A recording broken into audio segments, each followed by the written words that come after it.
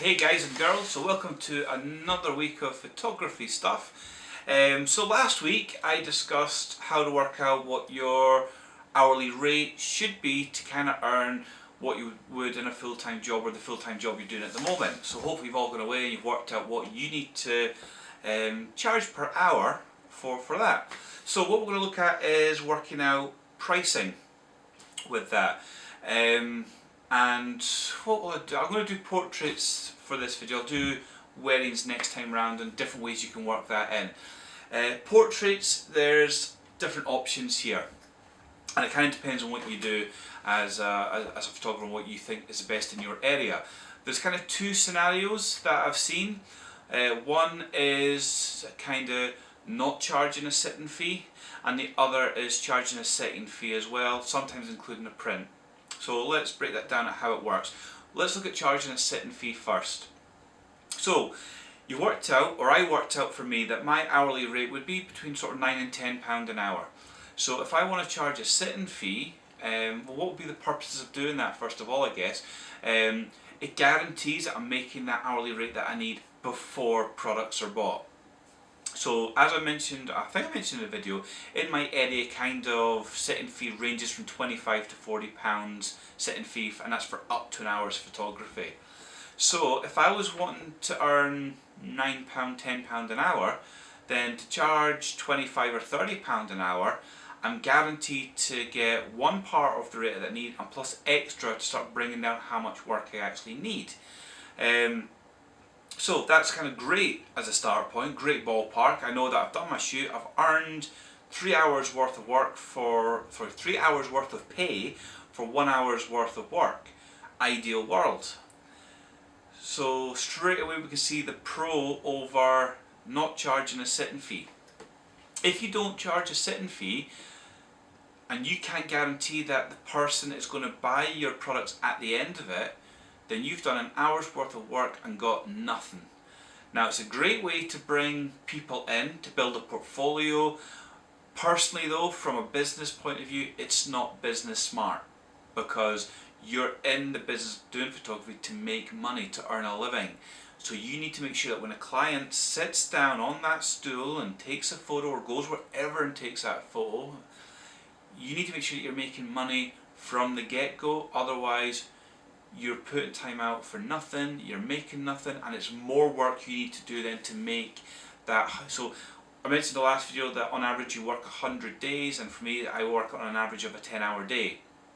You work an hour for nothing and you make nothing from that hour. You've gone from having to work 100 days at 10 hours a day, you're adding hours to that you're having to then work. So for me, to not charge a sitting fee, put it to the back, because it's not smart. Great for getting clients over the door, but not always great for making money. If you're starting a business or you're running a specials weekend, then throw that sitting fee out the door, sorry, and I'll look at that in a sec. So sitting fee is a good thing in practice because it's going to give you that money. You then create your gallery, you then put that up, and they see that and they start to buy your products. So then you need to price your products, whether it be prints, canvases, images on the disc. Images on the disc is a great one. We're in a digital world these days.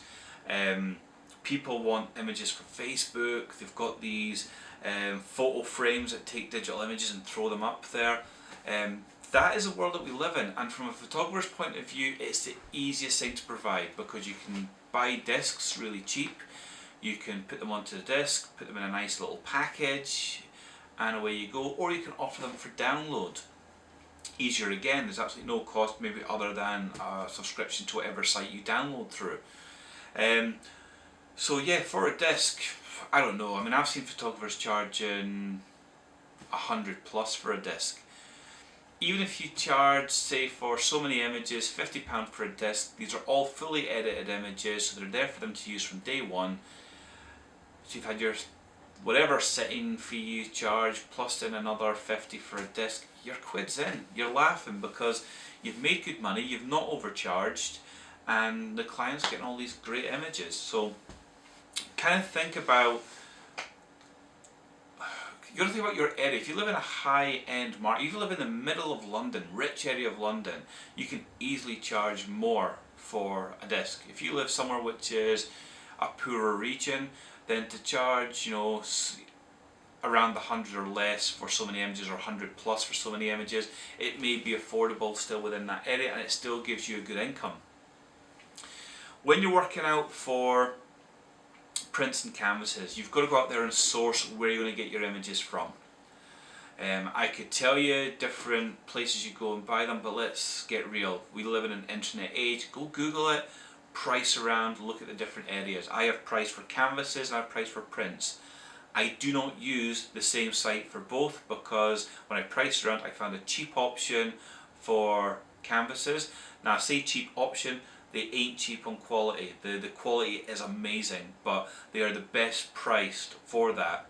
And then print, I looked around and I looked around, and again I was looking for the best price for the best quality. You don't want to go for the cheapest but the crappiest quality, or the most expensive with the high end. You want to find something in the middle, because let's face it, a client doesn't really notice what quality paper it's on.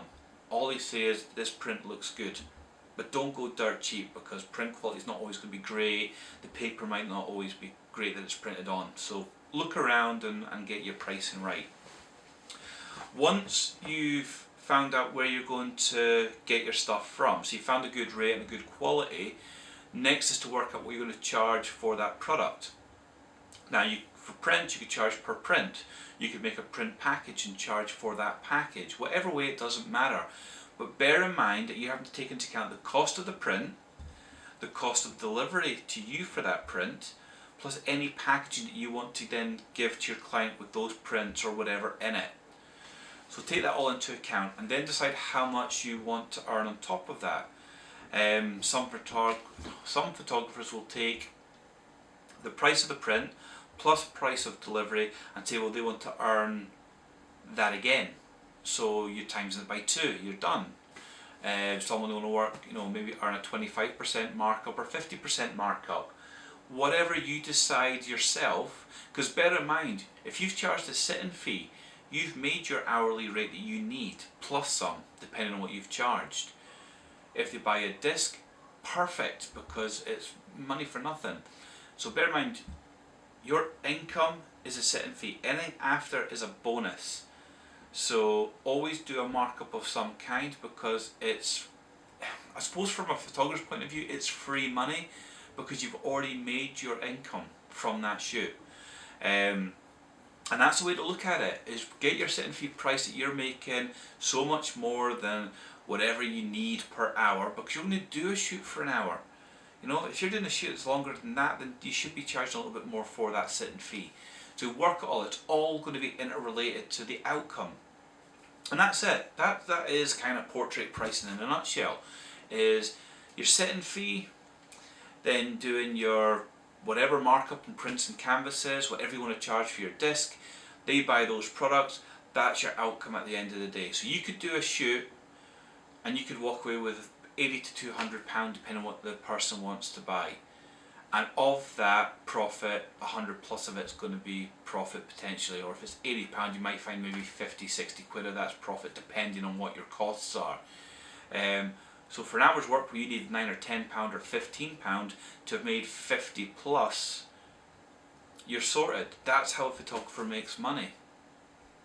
It is that simple when you break it down. You know, work all of that out. Now I said before that not charging a sit-in fee is sometimes, from my point of view, a stupid thing to do, because you're losing money. If I was going to be doing a specials weekend, what I would do is I would charge a fee that gives them a package, so say so many prints at this price on this special. I'm making sure that I'm still making more than my £9 or £10 per hour needed. That way it makes it worthwhile. And if I'm doing a special, I might say it's only a half-hour booking, because it's a special. You're losing money that what you could be potentially getting from a normal booking. So rather than doing an hour shoot, I'll say, well, it's a half-hour shoot, and this is what you're going to get. By doing that special, you can double the amount of clients that you get throughout that day. You're still making a reasonable amount, because you're making sure you're covering your costs and you're covering you know, whatever money you need for you to have been there and done the shoot for that day, and that's it done. For me, that is the only time I would not charge a sitting fee. You've got to work smart. If you're sitting there just now and you're an amateur photographer who wants to become professional someday, you got to think about this. You can't think about, well, I want to get clients, what's the best way to do that? I know, let's make it as cheap as possible. Works in the short term, but you're going to have to do a hell of a lot of work to make some decent money out of it.